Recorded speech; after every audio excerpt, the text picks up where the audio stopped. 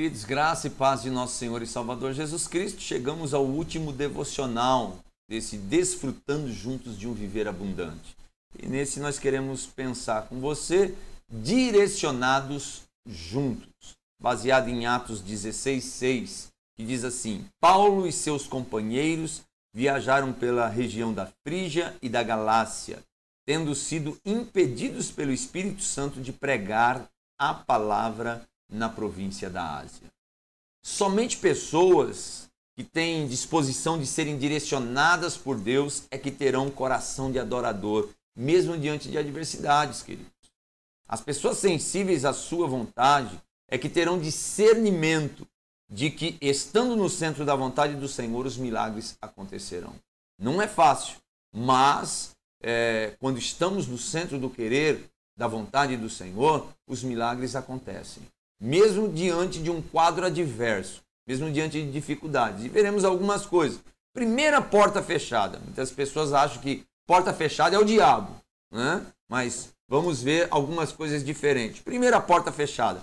Paulo e seus companheiros viajaram pela região da Frígia e da Galácia, tendo sido impedidos pelo Espírito Santo de pregar a palavra na província da Ásia. O versículo que lemos. Quem que barrou? Quem que fechou a porta? O Espírito Santo.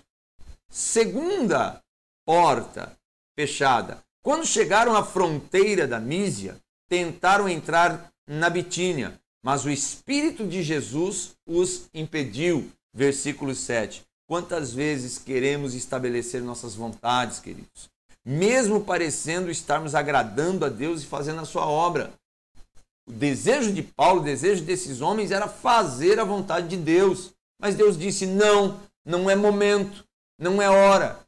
Agora não é hora de entrar nessa cidade, de entrar nesse sítio, nesse povoado, nesse bairro. Sabe, temos que entender, fazer a leitura do tempo de Deus, da hora de Deus, do momento de Deus. Revelação. Durante a noite, Paulo teve uma visão, no qual um homem da Macedônia estava em pé e lhe suplicava, passe a Macedônia e ajude-nos. Versículo de número 9. Como é importante termos a sensibilidade para entendermos o que o Senhor quer de nós e o que lhe agrada, querido. Sabe, Paulo tem ali uma revelação, ele tem ali uma visão, sabe, e ele entende que essa visão é de Deus. E o que confirma que essa visão é de Deus? Porque agora Deus não barra ele. O Espírito de Deus não o barra. O Espírito de Deus consente que ele vá avante, né? Outra coisa, obediência. Depois que Paulo teve essa visão, preparamos-nos imediatamente para partir para a Macedônia, concluindo que Deus nos tinha chamado para lhes pregar o Evangelho. Versículo 6. Precisamos de disposição para obedecer à vontade de Deus. Paulo podia, não, eu queria ir para tal cidade, Deus não quis, para essa também não vou. Tem gente que age assim, imaturamente, infantilmente, sabe? Agora, Paulo não, tem maturidade suficiente para entender o querer de Deus, o agir de Deus, e o maior, ele obedece, ele tem um coração obediente à vontade e o querer do Senhor, né? O que acontece quando há obediência? Conversões. O Senhor abriu o seu coração para atender a mensagem de Paulo.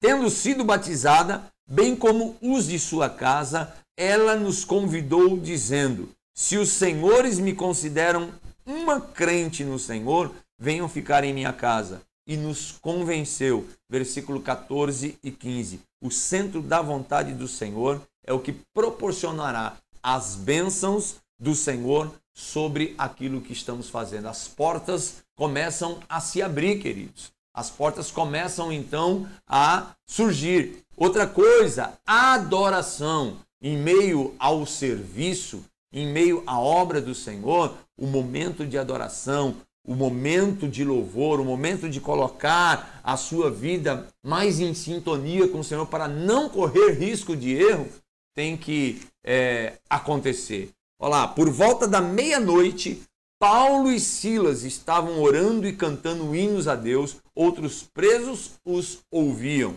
É maravilhoso podermos aqui ver irmãos adorando o Senhor, mesmo em meio a lutas, querido.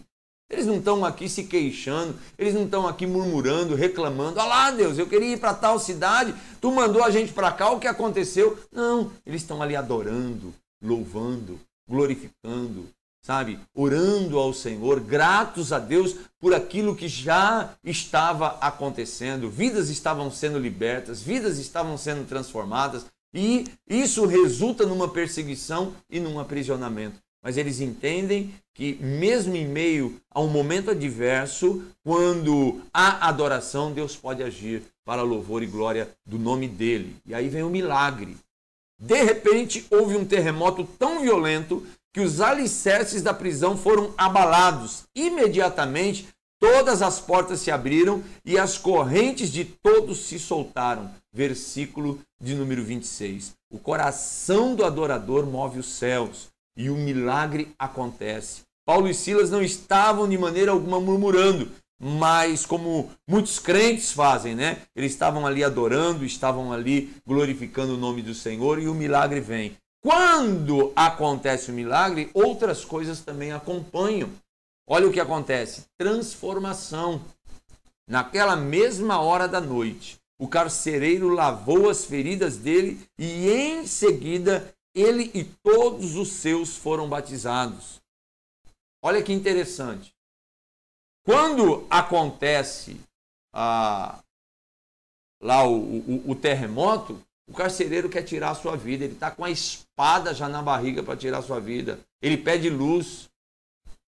Quando ele vê que o milagre é tão grande que nenhum prisioneiro fugiu, ele fala: o que preciso fazer para ser salvo? Crê em mim, crê em Jesus e serás salvo tu e a tua casa. Ele crê, ele leva Paulo e Silas para sua casa, cuida e ali toda a sua família se converte e toda a sua família é batizada. Queridos do Senhor, quando nos dispomos a entender a ação de Deus, quando nos dispomos a nos conformar com o agir de Deus, a vontade de Deus, as coisas acontecem e o nome do Senhor é glorificado.